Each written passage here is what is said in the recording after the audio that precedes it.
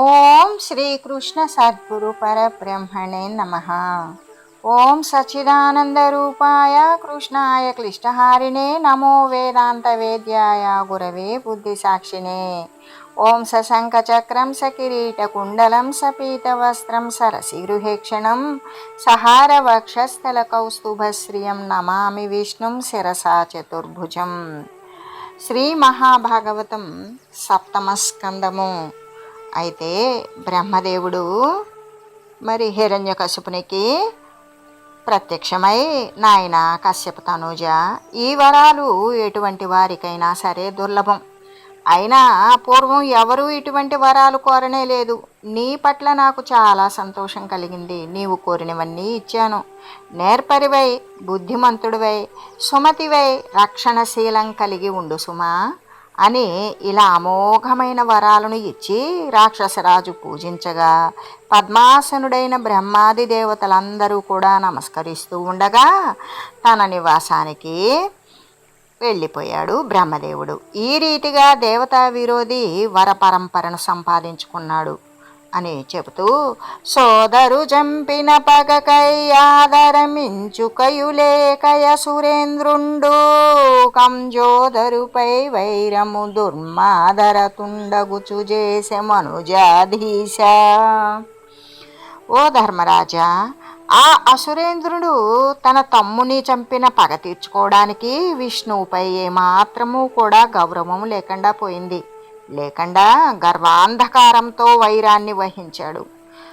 ఒకనాడు గంధర్వయూధంబు పరిమార్చు దివిజులనొకనాడు దెరళదోలు భుజగులనొకనాడు భోగంబులకు బాపు గ్రహములనొకనాడు గట్టి వైచు ఒకనాడు యక్షులనుగ్రత దండించు ఒకనాడు విహగులనొడసి పట్టు ఒకనాడు సిద్ధులనోడించి బంధించు మనుజులనొకనాడు మదమడంచు గడిమినొకనాడు కిన్నర ఖచర సాధ్య చారణ ప్రేత భూత పిశాచ వన్యా సత్వ విద్యాధరాదుల సంహరించు దితి తనూజుండు దుస్సహ తేజుడకుచు.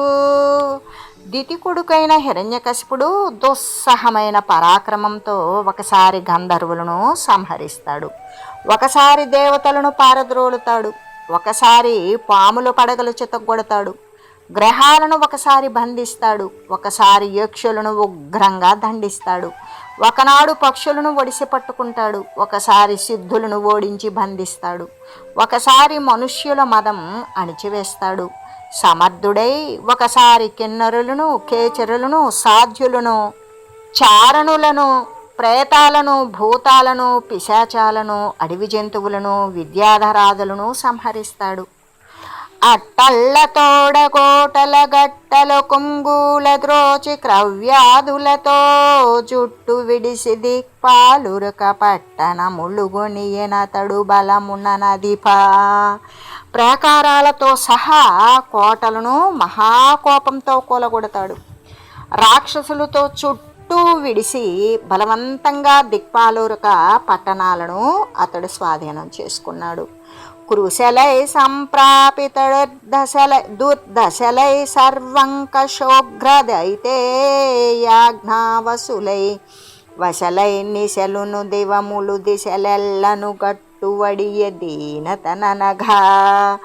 ఈ విధంగా రాత్రులు పగళ్ళు దిక్కులు కూడా కృషించిపోయినవి, దుర్దశను పొందినవి, రాక్షసరాజు యొక్క తీవ్రమైన ఆజ్ఞకు వశమైపోయినవి, దైన్యంగా కట్టుబడిపోయాయి.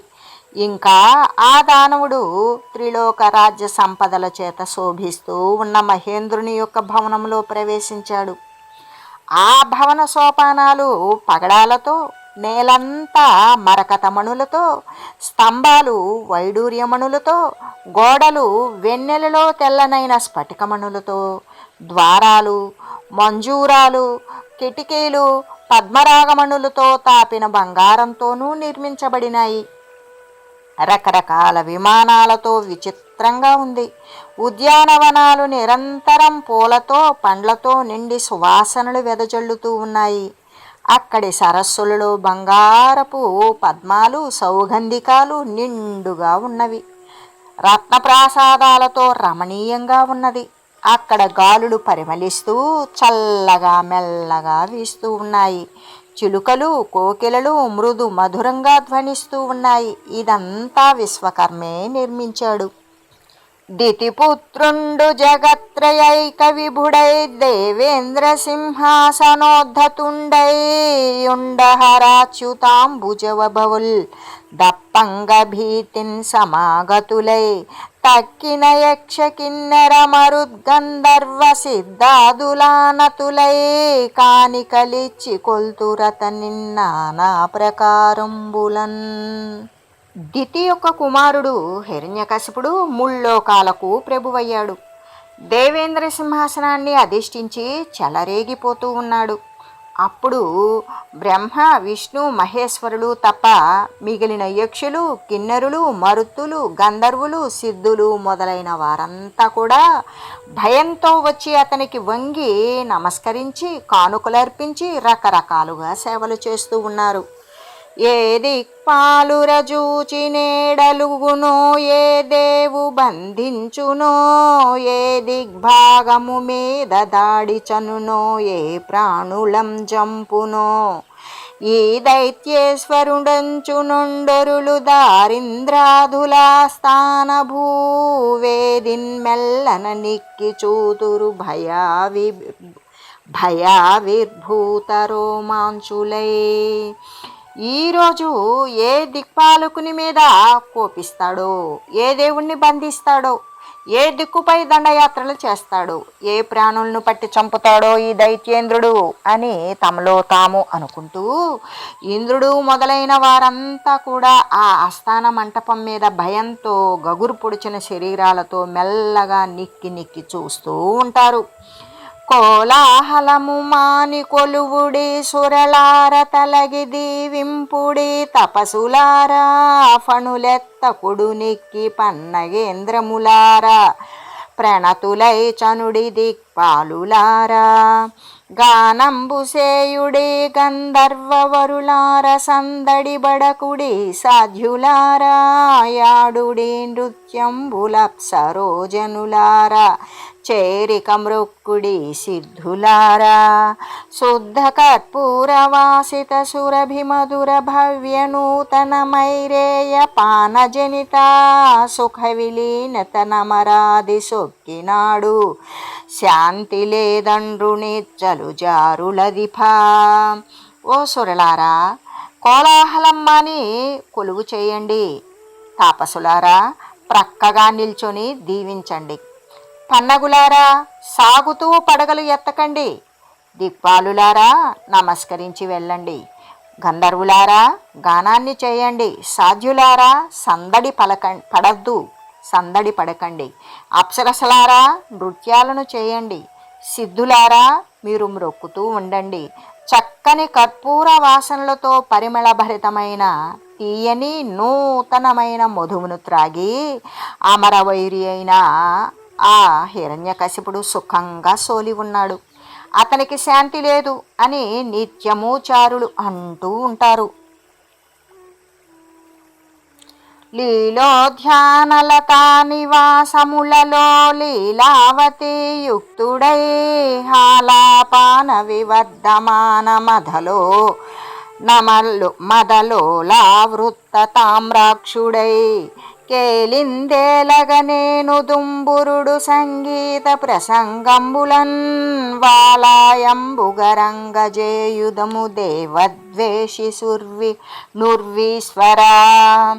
రాజా మధువును త్రాగి మరింతగా కైపెక్కి గిరగిర తిరిగే కన్నులతో దేవవైరి తన భార్య అయిన లీలావతితో కలిసి విలాసవనాలలో లతా నికుంజాలలో విలాసాలలో తేలుతూ ఉంటే నేను తుంబురుడు సంగీత ప్రసంగాలతో అతన్ని ఎల్లప్పుడూ కూడా కరిగిపోయేలా చేస్తూ ఉంటాము. యాగములు బుధులు ధరణి భాగములం చేయుచుండబరదెంచి హవిర్భాగములు దానగై కొను జాగింపడు దైత్యుడమర సంగంబునకున్. విప్రులు భూమిపై యాగాలు చేస్తూ ఉంటే తానే వచ్చి హవిర్భాగాలు తీసుకుంటాడు. కానీ ఆ దైత్యుడు దేవతా సమూహానికి వాణిని అందనివ్వడం.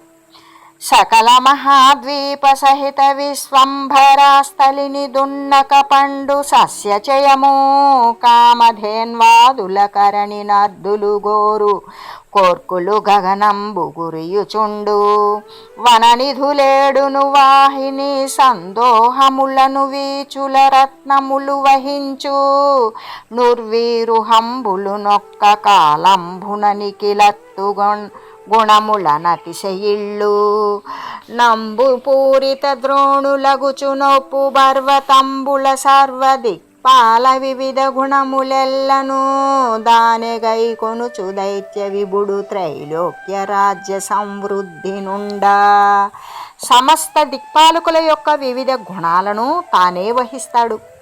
వహించి రాక్షసరాజు త్రైలోక్య రాజ్య సమృద్ధితో ఉన్నాడు. అప్పుడు సమస్త మహాద్వీపాలతో కూడిన భూమిని దున్నకుండానే పంటలు పండుతూ ఉన్నాయి. యాచకులు కోరిన కోరికలను కామధేనువు మొదలైన వాటిలాగా ఆకాశమే కురిపిస్తూ ఉంది. సప్త సముద్రాలు, నదీ సమూహాలు కెరటాలలోనే రత్నాలను ఉంచుతూ ఉన్నాయి. చెట్లు ఒక్క కాలంలోనే అన్ని ఋతువుల గుణాలను కలిగి ఉంటున్నాయి. పర్వతాల మీద నీటితో నిండిన ద్రోణులు ఒప్పుతూ ఉన్నాయి. ఈ రీతిగా దిక్కులన్నింటినీ జయించాడు హిరణ్యకశిపుడు. హిరణ్యకశిపుడు లోకాలకు ఏకైక నాయకుడయ్యాడు. తనకు నచ్చిన రీతిలో ఇంద్రియ సుఖాలను అనుభవిస్తూ ఉన్నాడు. అయినా సరే తృప్తి పడక శాస్త్ర మార్గాన్ని అతిక్రమించాడు.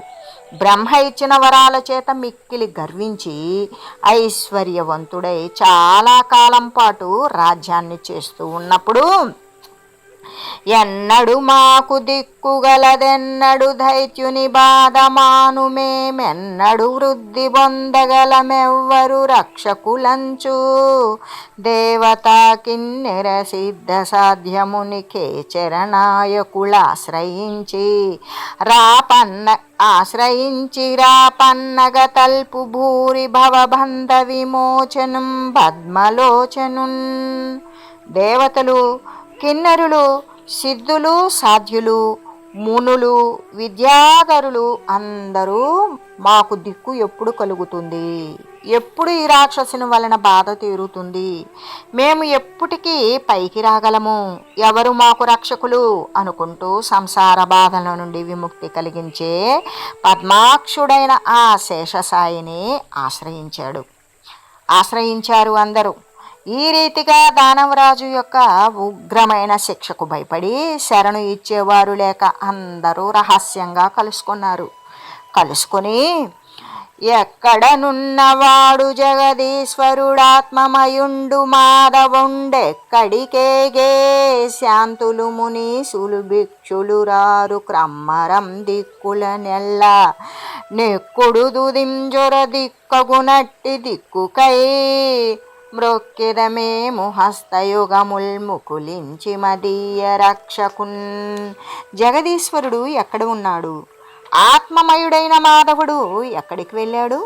శాంతులు, మునీశ్వరులు, భిక్షులు తిరిగి రావడం లేదు.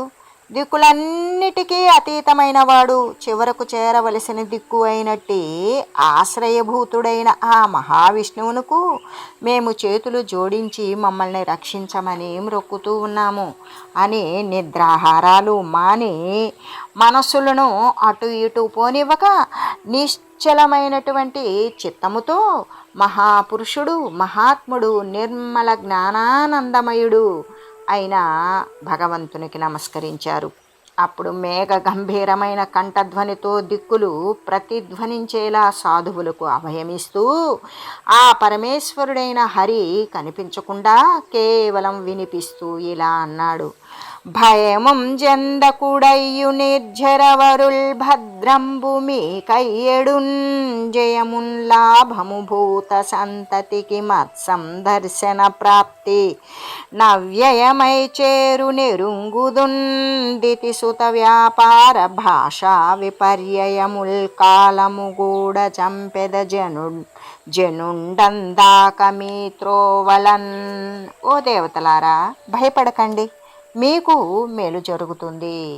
నా దర్శనం పొందడం వలన ప్రాణులకు జయము లాభము శాశ్వతముగా సమకూడతాయి. ఆ దైత్యుని యొక్క విరుద్ధమైన చేష్టలు మాటలు నేను ఎరుగుదును. కాలం కలిసి రాగానే చంపివేస్తాను. అంతవరకు మీరు మీ దారిని వెళ్ళండి. శుద్ధ సాధులందు సురలందు శృతులందు గోవులందు విప్రకోటి అందు ధర్మ పదవి అందు తగిలిన యందు వాడెన్నడలుగునాడే హింసనుందు. పరమ సాధువులు, దేవతలు, వేదాలు, గోవులు, బ్రాహ్మణులు, ధర్మస్థలాలు వీటన్నింటి యందు విశేషించి నా పట్లను విడువకుండా వాడు ఎప్పుడు కోపగిస్తాడో అప్పుడే నశిస్తాడు. కన్న కొడుకు శమదమ సంపన్నుడు నిర్వైరుడనక ప్రహ్లాదుని వాడెన్నడు రోషంబున నా పన్నత నొందించునాడే పట్టి వధింతున్. శమదమ సుగుణాలు కలిగి ఎవరితోనూ విరోధించనే కన్న కొడుకు ప్రహ్లాదుని రోషంతో వాడు ఎప్పుడు ఆపదల పాలు చేస్తానో ఆనాడే అతనిని పట్టి చంపుతాను. వేదోదత్తవర ప్రసాద గరిమన్ వీడింత వాడై మిమున్ బాదం బెట్టుచునున్నవాడని మదిన్ భావించినే సాధింపం దరిగాదు కావున గడున్ సైరించి తిన్ మీదటన్ సాధింతున్ సురలార నేడు చనుడా శంకింప మీకేటికిన్. బ్రహ్మ ఇచ్చిన గొప్ప వర ప్రభావం చేత వీడు ఇంత వాడే మిమ్మల్ని బాధిస్తున్నాడు అని మనసులో అనుకుంటూ ఉంటాను. అలా అనుకుని కూడా ఇప్పుడు అతనిని దండించడానికి సమయం కాదు కాబట్టి సహించాను. ఇక మీద దండిస్తాను. దేవతలారా, మీరు సందేహించకండి, ఈ రోజుకు తిరిగి వెళ్ళండి అని హరి ఇలా ఆదేశించగా గుంపులు కూడి మ్రొక్కారు. ఇక రాక్షసుడు నశించడం తప్పదు అని భావించారు. తమ తమ దిక్కులకు వెళ్ళిపోయారు. హిరణ్యకశిపునికు విచిత్రమైన చరిత్రలు గల 4 కొడుకులు పుట్టారు. వారిలో తనయందు నఖిల భూతములందునొక భంగి సమహితత్వంబున జరగువాడు బెద్దల బొడగన్న భృత్యుని కైవడి చేరి నమస్కృతుల్ చేయువాడు.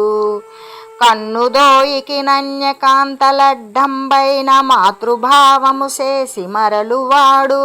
తల్లిదండ్రుల భంగి ధర్మవశలతను దీనులగా వజింతిలువాడు. సఖుల ఎడ సోదర స్థితి జరుపువాడు. దైవతములంచు గురువుల దలచువాడు. లీలయందును బొంకులు లేనివాడు. లలిత మర్యాదుడైన ప్రహ్లాదుడదిపా. ప్రహ్లాద చరిత్రము. ప్రహ్లాదుడు చక్కని నడవడిక కలిగినవాడు. తన పట్ల ఇతర ప్రాణుల పట్ల కూడా ఒకే రీతిగా సమభావంతో హితంగా మెలిగేవాడు. పెద్దలను చూడగానే సేవకునిలా చెంతజేరి నమస్కరించేవాడు. తన చూపులకు ఎవరైనా పరస్త్రీలు అడ్డం వస్తే తల్లిలా భావించి ప్రక్కకు తొలగిపోయేవాడు. ధర్మం పట్ల ఆసక్తితో దీనులను తల్లిదండ్రుల వలె కాపాడాలి అనుకునేవాడు. స్నేహితులను సోదరులాగానే ఆదరించేవాడు. గురువులను దైవాలుగా భావించేవాడు. సరదాకి కూడా అబద్ధాలు ఆడేవాడు కాదు. అంతేకాక ఆకార జన్మ విద్యార్థవరిష్ఠుడై గర్వ సంస్తంభ సంగతుడుగాడు. వివిధ మహానేక విషయ సంపన్నుడై పంచేంద్రియములచే పట్టువడడు. భవ్యవయో బల ప్రాభవోపేతుడై కామరోషాదుల గ్రంథు కొనడు. కామిని ప్రముఖ భోగములెన్ని గలిగిన వ్యసన సంసక్తి నా వంకబోడు. విశ్వమందు గన్న విన్నయ అర్థములందు వస్తు దృష్టి చేసి వాంచెయుడడు ధరణినాథ దైత్యతనయుండు. హరిపరతంత్రుడై హతాన్యతంత్రుడగుచు. ఆ రాక్షసురాజు యొక్క కుమారుడు హరిపరాయణుడై ఇతర విషయాల పట్ల ఆసక్తి లేనివాడై రూపము, పుట్టుక, విద్య, ధనము చేత గొప్పవాడై కూడా ఏమాత్రము పొంగిపోడు. వివిధ రకాలైన అనేక మహావిషయాలను తెలిసి ఉండి కూడా పంచేంద్రియాలకు లోబడడు. మంచి వయసు, బలము, వైభవము కలిగి ఉండి కూడా కామము, రోషము మొదలైన వానిలో చిక్కబోడు. స్త్రీలు మొదలైన భోగాలు ఎన్ని ఉన్నా ఆ వ్యసనాల వైపుకే వెళ్ళడు. ప్రపంచంలో తాను చూచిన వినిన విషయాలన్నీ కూడా అనిత్యాలు అనే దృష్టితో వాటిపై కోరికను పెట్టుకోడు. సద్గుణంబులెల్ల సంఘంబులై వచ్చి అసురరాజతనయునందు నిలిచే పాసి చనువు విష్ణుంబాయని విధమున నేడు దగిలియుండు నిర్మలాత్మ. సద్గుణాలన్నీ గుంపులుగా గట్టి వచ్చి విష్ణుమూర్తిని ఎడబాయిన రీతిగా ఆ ప్రహ్లాదుని విడిచి వెళ్ళవు. ధర్మరాజా, నేటికి ఆ గుణాలన్నీ నిలిచి ఉన్నాయి. పగవారైన సురేంద్రులన్ సభలలో ప్రహ్లాద సంకాసులన్ సుగుణోపేతులనెందునే మరుగమంచున్ వృత్తబంధంబులంబొగడజొత్తురు సత్కవీంద్రుల క్రియన్ భూనాదమీ భోటి సద్భగవద్భక్తులు దైత్యరాజ తనయుం బాటించి కీర్తింపరే.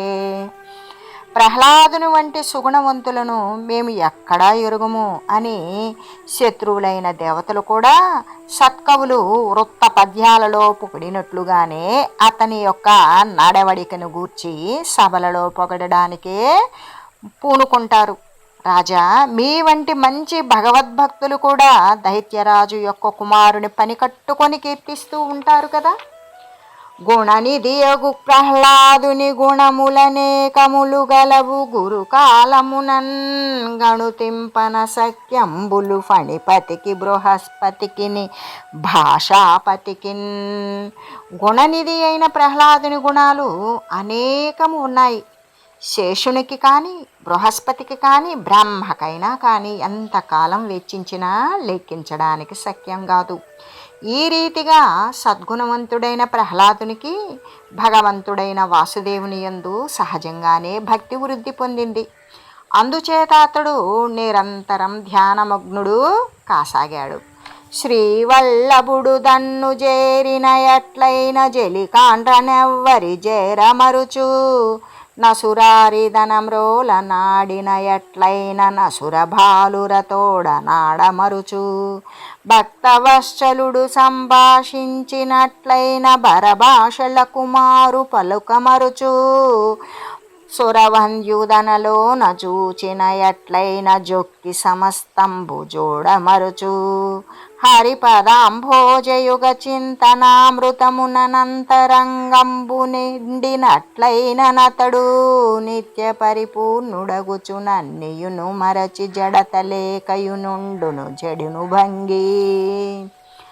ఆ శ్రీహరి తన వద్దకు చేరినట్లు అనిపించగానే తన ప్రక్కనున్న స్నేహితులను మరిచిపోతాడు. ఆయన తన వద్ద ఆడుతూ ఉన్నట్లు ఉంటే రాక్షస బాలురుతో కూడి ఆడడం కూడా మరిచిపోతాడు. ఆయన తనతో మాట్లాడుతున్నట్లు ఉంటే ఇతరుల మాటలకు సమాధానం చెప్పడం కూడా మరిచిపోతాడు. ఆ హరి తనలో ఉన్నట్లు కనిపించగానే పరవశించిపోయి సమస్తాన్ని చూడడం మరిచిపోతాడు.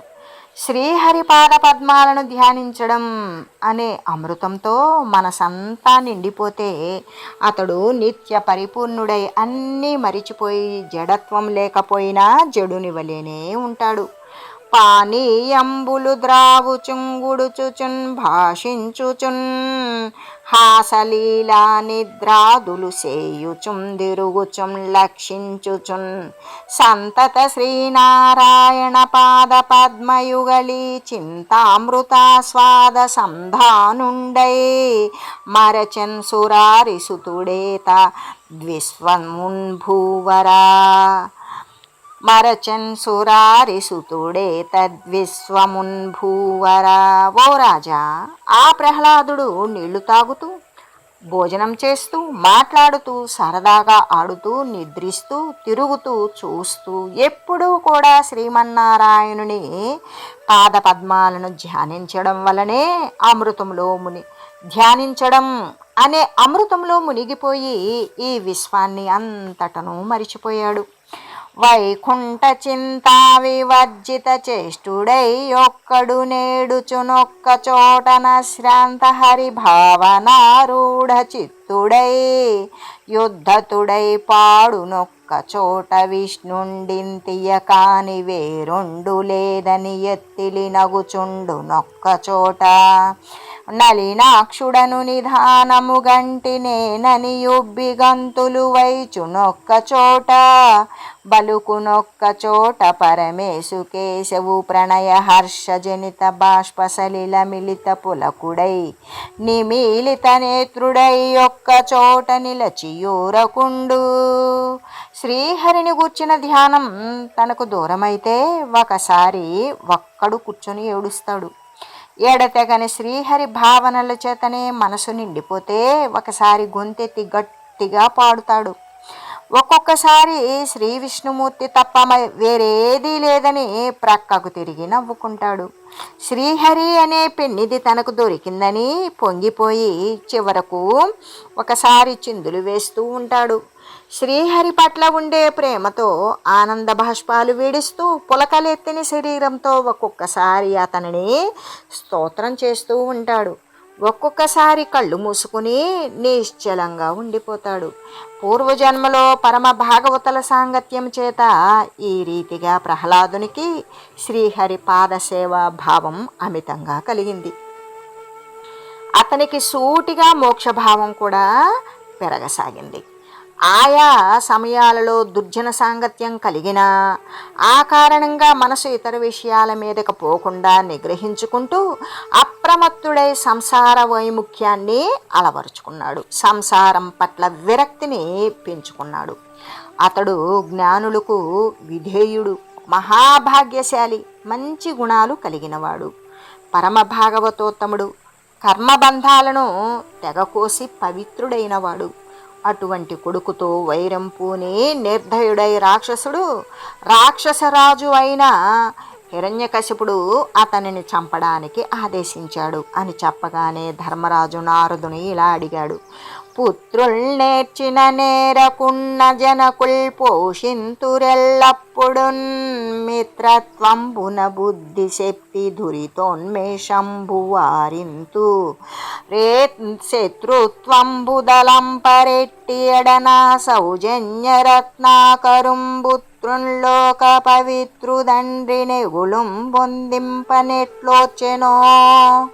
కొడుకులు చేతనైన వారైనా చేత కాని వారైనా తండ్రులు వారిని ఎల్లకాలము పోషిస్తారు. వారు చెడు త్రోవల్లో పోతే మిత్రునిలా బుద్ధి చెప్పి వారిని వారిస్తారు. వారి పట్ల శత్రుత్వం మాత్రం పెంచుకోరు గదా. మరి లోకం తీరు ఇలా ఉంటే మిక్కిలి సజ్జనుడు పవిత్రుడు అయిన కొడుకును తండ్రి ఎలా హింసించగలిగాడో. బాలు బభ్రా విశాలు హరిపాదపయోరుహ చింతన క్రియాలోలు కృపాలు సాధు గురులోక పదాన తపాలు నిర్మల శ్రీలు సమస్త సభ్యనుతశీలు విఖండిత మోహవల్లి కాజాలు నదేల తండ్రి వడి జంపంగ బంపె మునీంద్ర చెప్పవే. మహామహిమోపేతుడు శ్రీహరిపాద పద్మాలను ఎల్లప్పుడూ ధ్యానిస్తూ ఉండేవాడు. దయాళువు, సాధువుల గురువుల పాదాలకు వంగి నమస్కరించేవాడు. నిర్మల చిత్తం కలిగినవాడు. సమస్త సభ్య సమాజం చేత కూడా పొగడబడేవాడు. మోహ పాశాలను తెగగోసిన వాడు బాలుడు అయిన ప్రహ్లాదుని తండ్రి ఎందుకు చంపమని ఆజ్ఞాపించాడు మునీంద్ర? నాకు చాలా కుతూహలంగా ఉంది, చెప్పండి అని ధర్మరాజు అడగగా నారదుడు ఈ విధంగా చెప్తూ ఉన్నాడు: ఓం మంగళం శ్రీ కురుక్షేత్ర రణక్షోణి విహారిణే పార్థసారథి రూపాయ గీతాచార్యాయ మంగళం. ఓం మంగళం నమోస్త్వనంతాయ సహస్రమూర్తయే సహస్రపాదాక్షి శిరోరుబాహవే సహస్రనామ్నే పురుషాయ శాశ్వతే సహస్రకోటి యుగధారిణే నమః. ఓం శ్రీమతే నారాయణాయ నమః. శ్రీమన్నారాయణ చరణౌ శరణం ప్రపద్యే. హరి ఓం తత్సత్.